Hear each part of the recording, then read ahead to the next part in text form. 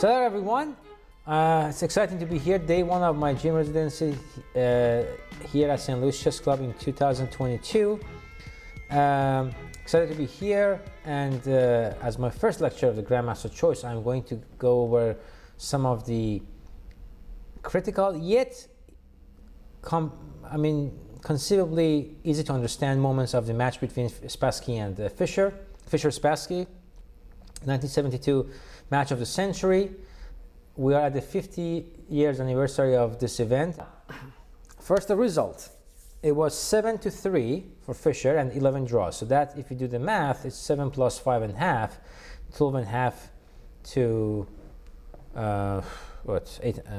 plus 4, 8.5. Yeah.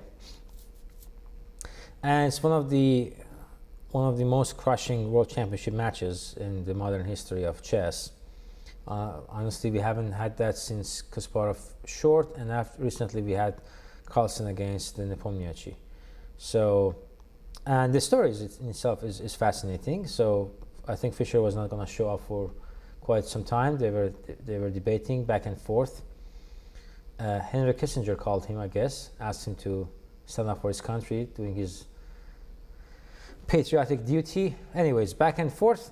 Here we have Fischer in Reykjavik played the match with Spassky, game 1, 11th of July to 1972. 50 years and how many months? And just less than a month, like 28, 9 days, something like that, kind of. Yeah, I'm into this kind of details thing. Sorry for the lack of brevity. So, all right. So here we have game 1. There is not much to talk about the game 1 except for one moment, and it appears that just Spassky just wants to show that he can avoid losing to Fischer. The result between the two players between this match was +2 for Spassky, with 2 wins and a draw, or I don't know, 2 wins or 2 draws, if my memory helps. But I'm sure 2 wins and the draw is correct. 1 draw at the Olympiad, 1 win at the Olympiad for Spassky, and another win at the Piatigorsky Cup. So they played it on, very simple Ragozin, and it's very funny that this opening got out of mainstream for a long time, and Fischer was the only world champion was playing until the modern chess with the engines. It became more popular. So another evidence, another reason why we could believe that Fischer was way ahead of his time the way he was playing chess at the time. So this bishop d3, c5. So Spassky did not go for the main line, where usually they do not play the move e3. They bring the bishop out, and that's the main line Ragozin. And after this move, I'm just going to mention that there are so many moves. Black can play h6. Black can play. Now black usually plays h6 here. White also can play the move queen to a4 check, giving a check here, attacking the king and the bishop. But then black plays knight c6, blocking the check and defending the bishop. And this is the most topical line nowadays in this opening. There's a lot going on here. No need to cover it all the way. We're talking about Fischer-Spassky, so just mentioning that this is the mainstream today. So Spassky transposes into well-known labyrinth of Nimzo-Indian. The players making normal moves, and Fischer plays the move bishop a5, which is also becoming pretty popular. Well, I wouldn't say pretty popular, but it was considered dubious for some time. But nowadays, we also, thanks to the engines, we know that it's quite playable. Some might think that you can take on c5 here, but then take on c3 for black, and then attacking these pawns with like queen a5 or queen e7. Or d takes c4, then queen a5. So basically, this queen a5 attacks these 2 pawns both at the same time. Or queen e7 attacking this pawn. Besides, these double pawns in the long run are weak, and you always can attack them. And black will have enough compensation, as they put it, for the pawn that is lost. So don't worry. Fischer did not blunder upon. Spassky wasn't looking for complications. He went for knight d2. And after Fischer liquidates with d takes c4, this bishop d6, he decides that, okay, I'm okay with a draw. And he plays the move d takes c5, which actually, I think if you put an engine on, and this is the only time I'm going to do that, because in this lecture I'm not supposed to do that, but I wonder, oh, actually, can I have the kibitzer? Just adding a lecture for adding a chess engine for a second. As you can see, it actually appears to be the best move. So it's not only a way to play for a draw; it's just the best move of the board at this moment. So Spassky played the solid d takes c5, because after the move d takes c5, queen takes d1, rook takes d1, bishop takes c5.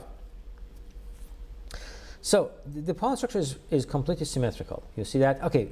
Except for the pawn on a3, correct? Does that make sense?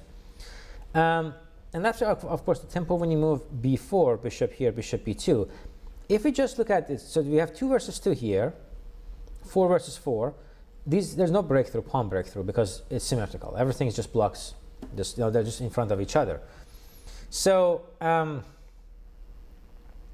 but if you think about development, White has developed 1, 2, 3, 4, 5 pieces. Black has developed 1, 2, 3. Now, it is not a big deal here, because Black is quick to getting his pieces to the game, and it's not a problem. That White cannot pose any problem to Black's position, because he doesn't have an immediate attack.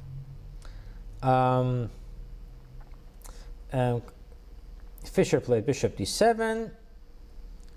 Spassky completed his development. Rook f d8, knight d4. So Spassky is playing really on ambitious trading pieces, whereas, I mean, he could play something else, maybe bring the king to the center, trying to play with for a space like moving the knight and play f4, e4, e5, something like that, because he has a bit ahead in development. But he plays completely unambitious game 1. He just wants a draw.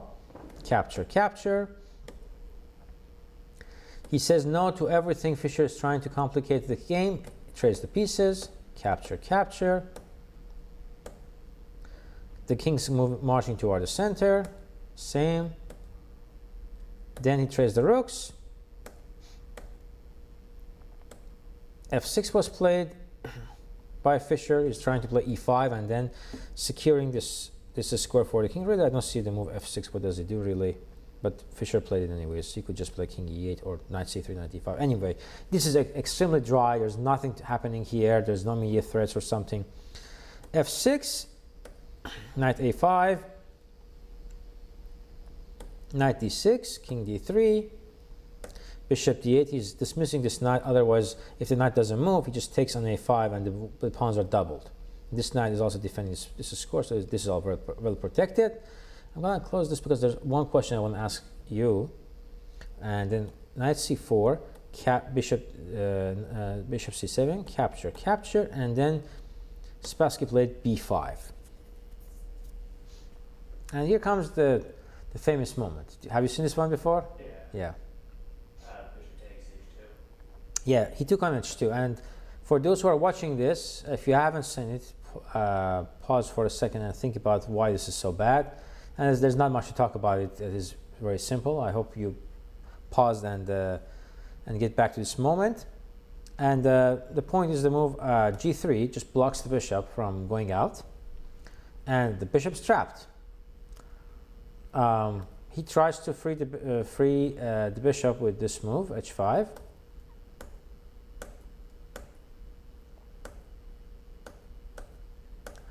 And no, it's not happening. So the bishop's gone. So white is up a piece now. The endgame is quite easy. And Spassky plays it with a good level of technique that is expected from a world champion, right? I mean, after all, he was the world champion. f5, and then goes king there. He's not afraid of this e5, f4, because his bishop controls this square. And if he goes all the way winning this pawn and then heading this way, so I'm going to just throw some arrows. He's fast because like Fischer played e5, but let's just make moves to see that. Not to mention I can go back, but let's just see what happens if I go here.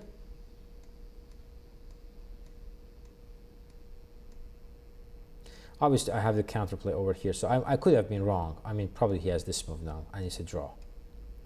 But if he goes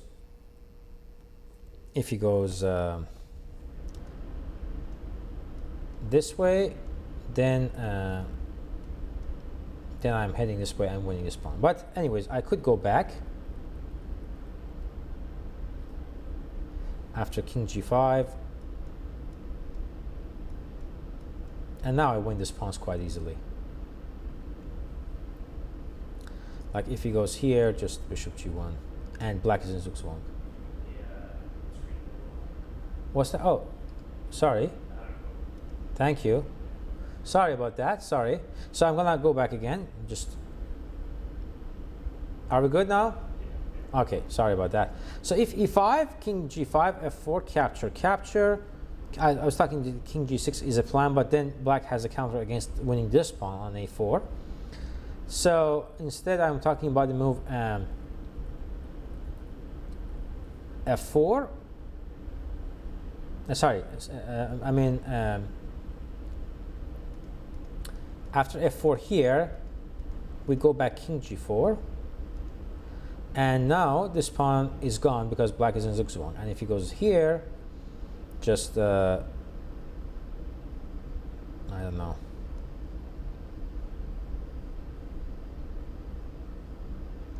Bishop here, king here, bishop here, f3, king g5, and he's again in zugzwang.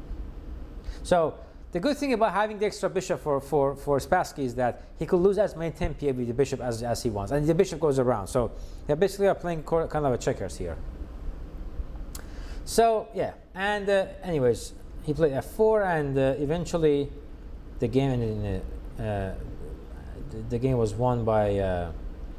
Hello, welcome. Hello. Hey, how's it going? Going well. How are you? Good. Welcome. Thanks. So and then yeah, and then here we are. Game was over. All right. So nothing so grand about this one. Just because we're covering Fischer Spassky and it's the 50th anniversary. So this was just how it started. Well, the next one doesn't have much of a. Anyways, the point is that there's no move on the right side. You don't see them. Oh. But the thing is, this is game 2 where Fischer didn't show up because of the problems with the camera. So that's 2-0 now for Spassky. So I'm going to close this. All right. So now we get to this game. Game 3. And this has a very important. This has a great deal of value in the history of this match and everything, because we're now here. Spassky has +3 against, not +3 in the match, but +3 in their lifetime matches. Never lost a single game to Fischer. And then we have this game. Honestly, since we're talking about this and his 50th anniversary, and we have to say all the positive things, I honestly, when I look at this game, it doesn't represent the World Championship material level. I mean, it's obvious that the two players are under immense stress, immense pressure. But Fischer came up with an idea that it became popular, and that makes Benoni even nowadays playable. Although the engines are saying +1 or something for white all the time. So we have Benoni, and Spassky was one of the most versatile world champions, and Fischer equally could play all kinds of openings. So that kind of makes them quite unique until Magnus, basically. Knight d2, Spassky plays the classical idea. And here, nowadays, the move a4 is more popular. You save the queen's move because if he wants to go knight e5, for the very same reason in this game. He played queen c2, and then what did Fischer play? Is this the Knight to h5, yes. The knight h5 moment, the famous knight h5 moment, where he wants to go to f4, and he's okay if he captures. So, you see, now we look at it with the engines, and we're like, oh, duh. But look, this is 1972. Fischer does not have a coach. I mean, yes, Lombardi was there, but I wonder if Lombardi could do really much for him except just checking the basics of his adjourned games. So this is probably home cooked by Fischer, and I don't know if it was played before Fischer. I'm sure it was, but thinking that this is playable and you have the courage to play it in a World Championship match, yeah, that is something. it's kind of shocking. Yep, it was. So and Spassky's reaction wasn't really fantastic. So you capture, play knight c4, knight e5, that's good, knight e3. So this was known. I think Petrosyan has already done this a few times before, and at some point ended up sacrificing some rook for this bishop and putting knight on f5. I think I have it in my files where I teach exchange sacrifice, and Petrosyan was so big on that. So he played the move queen h4, and I don't like this move bishop d2 played by Spassky, because what does it even do? It doesn't do anything. It doesn't do anything. So I analyzed this move f3, and this is me talking to the engine. So these are not all engine moves. Me talking to the engine. So I made these moves as white against engine's move as black. So f5, because I'm stepping knight g4 now. f3, because next move Fischer was going to play knight g4, which he did in this game. So in this moment, I mean, f5 makes sense. Otherwise, I'm just going to play. Now I want to do this, right? Right. Now that the bishop has somewhere to go. Yeah. But you stopped the g4 intrusion first. Yep. Yeah. So I looked at f5, which kind of creates a lot of, I would say, chaos. Then king h1. I'm just getting out of the way. For those who are a little bit new to chess, I'm sorry, who will watch us online, but this is a very important moment in this match, so we have to talk about it. So the move is just purely prophylactics because of all these knight jumps and the knight jumps and bishop coming. So just stopping the threats. f4, knight f5, attacking the queen. The knight is attacking the queen, so the bishop must take the knight on f5, takes back. Knight c4, knight e4, b5, and must defend the knight on c4.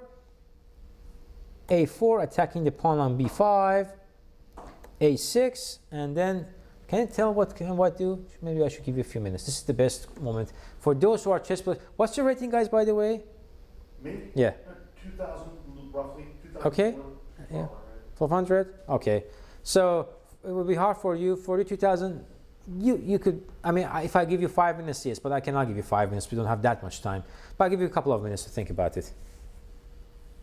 What does white do here? It's not tactics. It's not tactics. What's your move? I mean, okay, I was just looking a little bit at g3, but. Well, that's the idea. That's why you go rook g1 with g3. Okay. Then rook takes, and then engine claims that this is a very strong attack. So for what's your name? Sorry, back to your name is Kevin and Matt. So Matt. So the idea is that I want to open. The rook will open up to this king, and then the bishop comes here, and the queen on h4 is quite uncomfortable. And this knight on e4 is an absolute monster, and this guy is more of a. Okay, I have to change the colors actually. And this knight on c4 is been like a cookie monster, right? This one does look like a cookie monster to you. Maybe.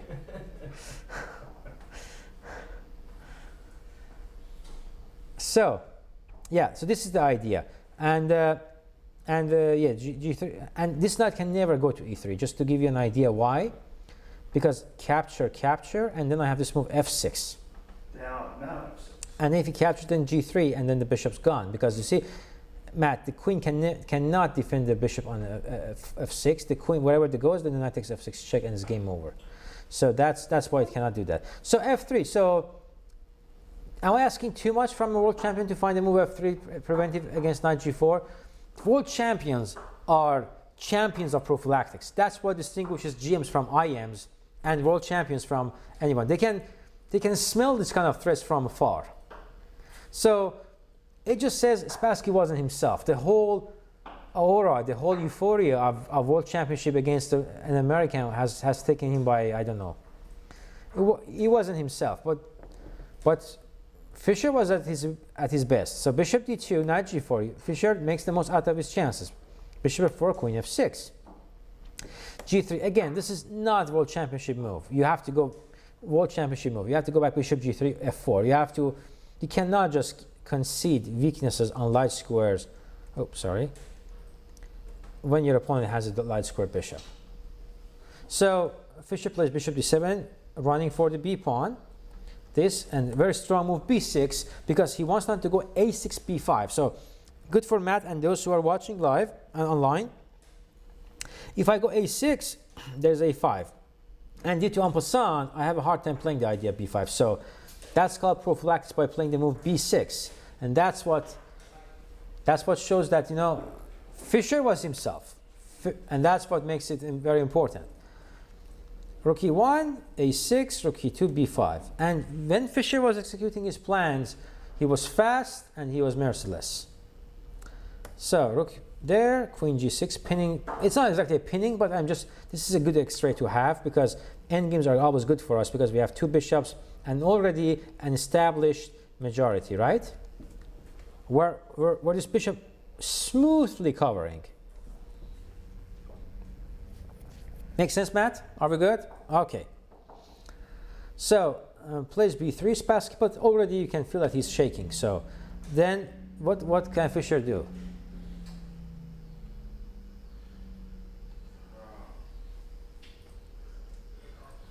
Couple of minutes. I'm giving a couple of minutes.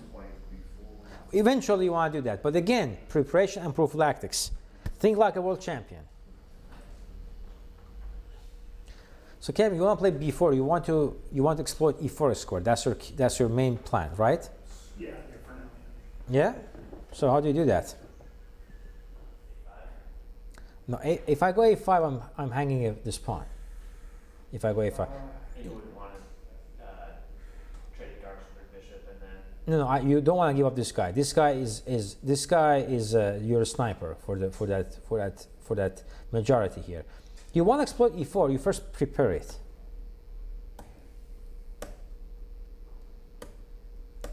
So Spassky is trying to stop the pawns from coming forward, because now Fischer is threatening b4, bishop to b5. You see, this is his threat now. So by playing the rook to e7 and the b8 before playing b4, what's he wants to go rook e8 and then b4 now. Okay. So his plan is to play rook e8 and then b4 and then f5. That's it. And then the whole thing. I mean, he just opens. I mean, the white's position will be left. I mean, everything is wide open. The bishops are very strong, and then once everything gets traded off, this pawns. Once this pawn is here, once this. Oops, sorry. Once this pawn gets to this square, if I get to play. Oops, what's this? This is a very sensitive mouse you have, Ben Simon. We have another if you want. No, it's good. I'm just kidding. F5 trade, and then once this bishop goes around, then oops, it's gonna be very dangerous. If I get imagine all the major pieces going off the board. That trade, the bishop gets behind the pawn. That will be game over.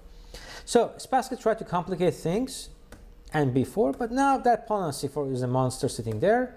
Rook comes to e8, and now white is completely tied down.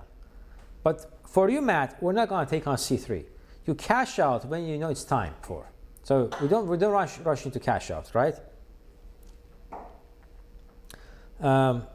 In chess, when I teach chess, and to the people who are like my age, a little bit older or whatever, they like financial terms. I would just say,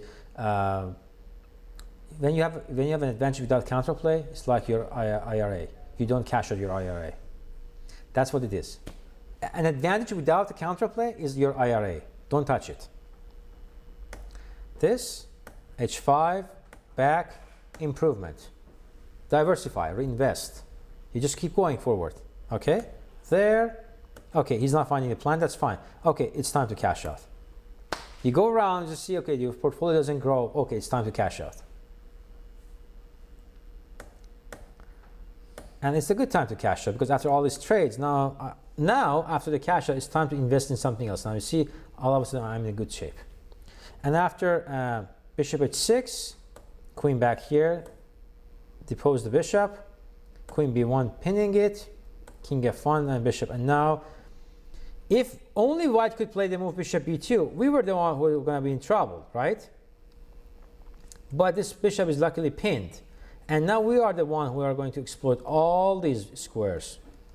All of them. So, game continued. King e2, queen e4 check, queen e3, queen c2 check, queen d2, queen b3, queen d4 and bishop d3 check. And the mate will follow very soon, because after the move king to e1, queen c2, and I'm threatening both mate and this capture. I could also take the pawn on b4, but I mean this makes more sense to me because I want to checkmate here. Oh, he has queen e3 now. So wait a second. I can't take the pawn. Is really the only move? Oh, wait, because now he doesn't. Okay, this is mate because he doesn't have this move. I play queen b1. Yeah. Okay. Okay. I'm so tired from my trip back from California and playing 9-round tournaments, so still recovering. Okay.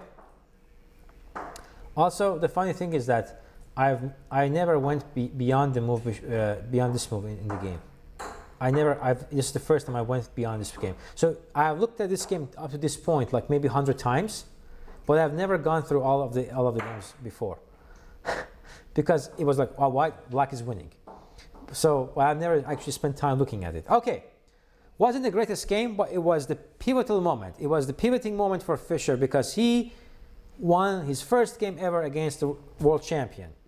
And speaking of the rating difference, I mean, look at this. Oh, you don't see it there. But at the time, Fischer was 2785, and Spassky was high 2600. That's like almost 100 points rating difference. That's how the matches are nowadays between Carlsen and his opponents, basically. Just the only difference is that Carlsen is also the world champion, which makes it even harder for his opponents to play against him.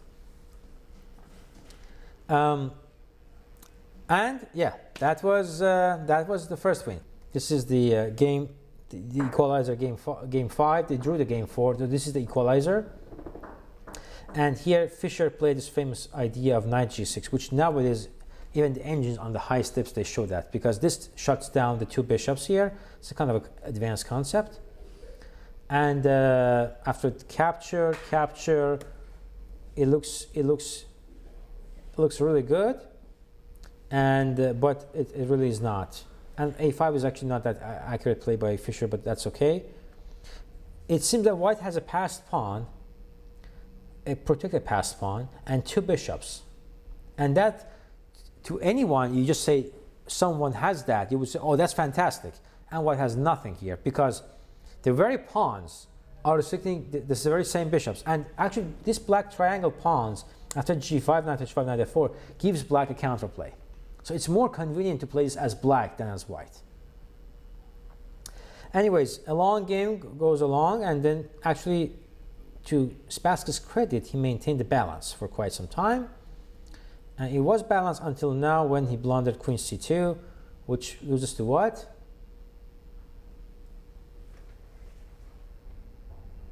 Ben Simon cannot answer that.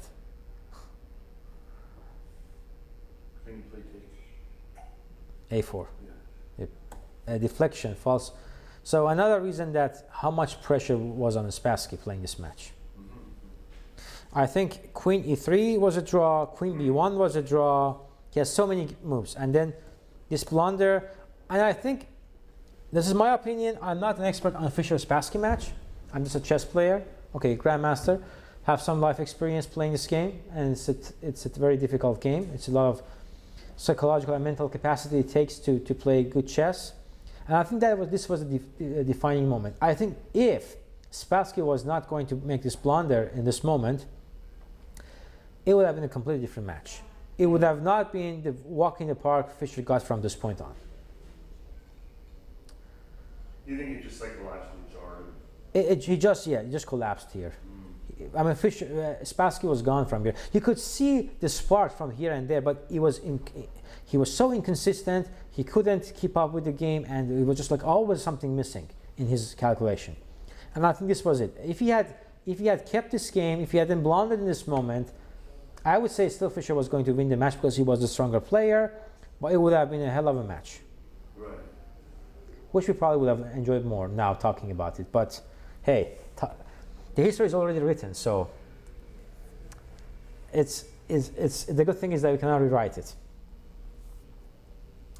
Okay, and now comes the final game that I've prepared for you, and I call this the gem of the match, which is game 6, Fischer versus Spassky. And I love this, and I use this to teach players from 1000 to 2200. And I love the clarity and simplicity of the Fischer's play.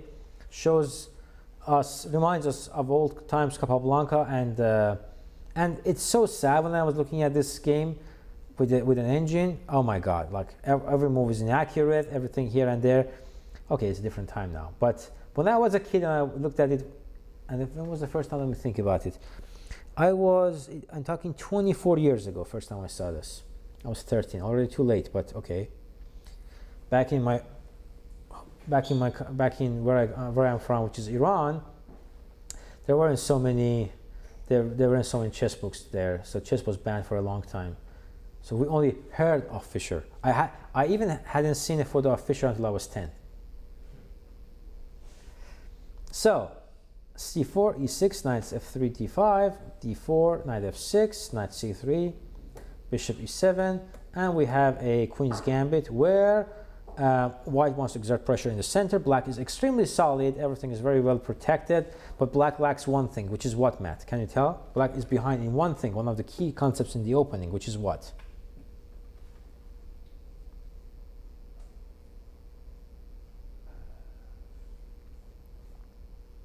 Space. This bishop is stuck here. Light square bishop. Yeah, that's the problem. So the 4 golden rules, Matt. King safety, development, space and center, and material. These are the 4 things you want to look after in the opening, the first 15 moves. And I don't have enough space. But other than that, everything else black is just fine. So, goes h6, bishop drops back, b6. Now we have a TMB. A TMB. So TMB or TBM, some people call it. It's called Tartakover Bondarevsky Makagonov system of the Queen's Gambit. Mostly people refer to it as Tartakover, but it's actually all 3 guys have contributed to this opening. I would say equally, but Tartakover was number 1. So the idea is that I want to put my bishop on the long diagonal and play c5 and trade everything, and then my problems are gone. The setback is that I'm a little bit weakening my structure, as you will see.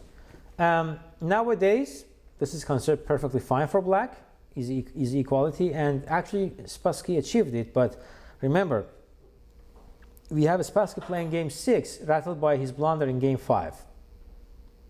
So that's a hard thing to deal with. So takes on e7. Rook c1. Spassky's play is just fine. There, c5. He pins it, that's okay. Rook c8, and then Fischer begins his usual practical approach, playing bishop b5. He's trying to kind of just being a really annoying opponent by just say, okay, you want to play knight d7, play knight d7, but I'm going to play d takes c5, and then maybe I take your knight on d7 and put more pressure on your pawns. So why is he trying to suppress that knight? Is that the idea? The idea is if he goes knight d7, he wants maybe to castle and at some point take it. Okay.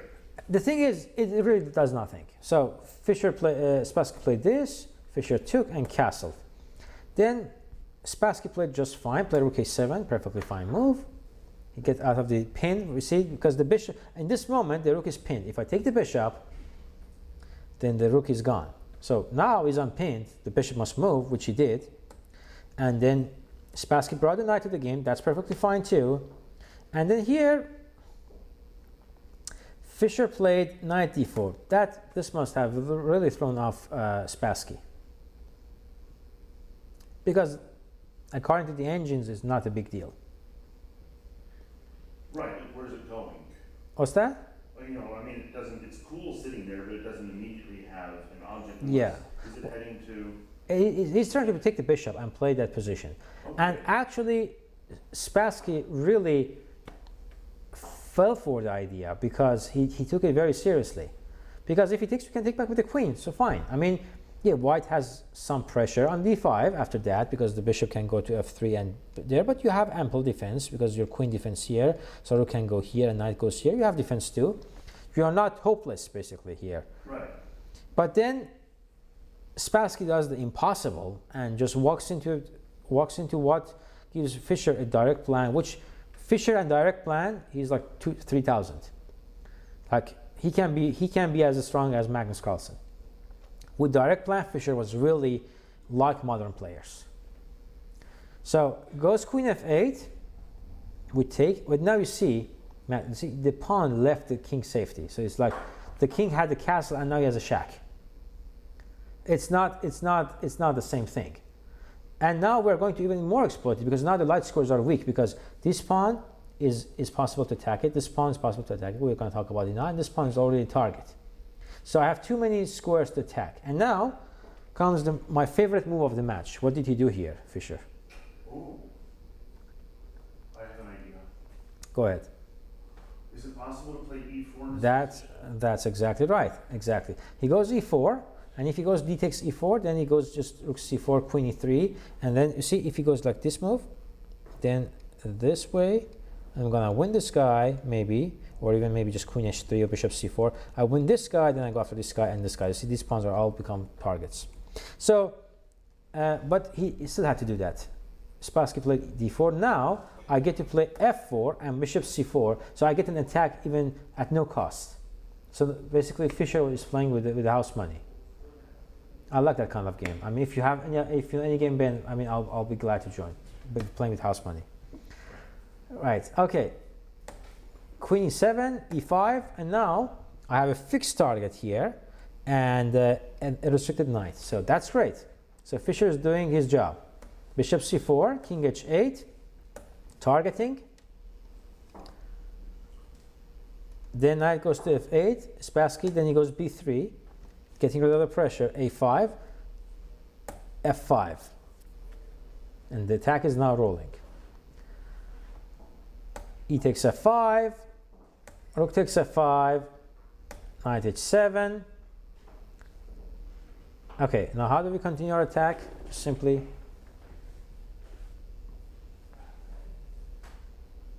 Do we double up? double up, yeah. Queen d8, then what do we do next? Do we get to play rook f7 already? No, because there's knight g5, so I have to get my queen out of the way. Okay, queen up. Queen g3, when I go with the pawn to h4, restricting this knight, and then I'm preparing the move rook f7. Okay. There, h4. Now h4, so the knight can't come up. Yeah, h4, rook b7, e6. Now pinning the pawn there, now he wants to go rook f7, so in case of capture, he takes with the pawn there, and the pawn is one step closer to queening.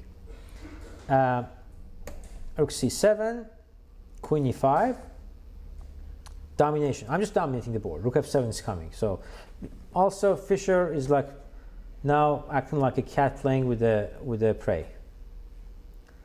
And that's the fun kind of playing chess, actually, I'm telling you. It's not only Fischer, any GM I know, strong GM, they like to play around when they have advantage because it psychologically shatters your opponent. You know, you have pressure and you just make a move and it doesn't do anything immediately, but your opponent has nothing to do about it. And so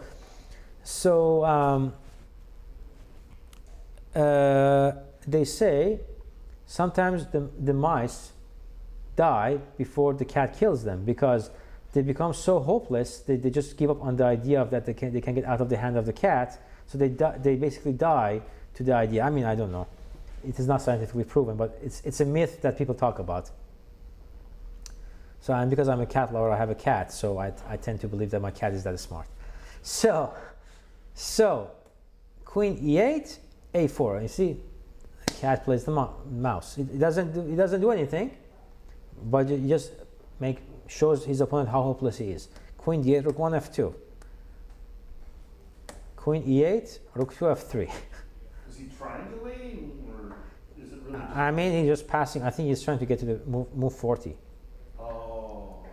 Because they could adjourn and he could see the win at the end of the he would go home, and because in those days they would adjourn the games, so he could go home and just check the actual win. There, bishop d3, targeting the knight, queen e8, queen goes to e4. Now he's planning on playing the x-ray. So if he goes like rook e6 here, rook e5 wins the game, because I'm attacking h7 for checkmate, and the other one is I'm double attacking the rook on e6, and that's game over. Knight goes to f6, Fischer takes, capture, rook f6, Spassky plays king g8, Fischer goes bishop c4 again, making sure this rook doesn't move because of e7 check intercepting, and then rook f8 finished, king h8, and queen f4. This is move 41. I think this is the move that Fischer, I don't know if he played the move or he put it, they sealed it, I don't know. I've never played an adjourned game. Have you played games with adjournments? Have you played games with adjournments? I have not done it. No. You've never played with adjournments, yeah. I've never done it. Yeah, so I don't know if he sealed, they used to seal them, they would write it down and they put it in. An envelope. Yeah, in an envelope, yeah. GD. Yeah, so I don't know if it was he played it at the board and then Spassky didn't seal his move or whatever. I don't exactly know. And then, and anyways, here I think Spassky just resigned. Yeah, and this is when game 6, when Fischer took the lead, and then everything else is history. He just cruised through it, winning with 7/3, and yes. We have 50 years anniversary coming up, which is already it has happened already. So check out World Chess Hall of Fame website, which is worldchesshof.org, for more upcoming events as part of this new exhibition. The exhibition will be on view until April 30th of next year, 2023. Thank you.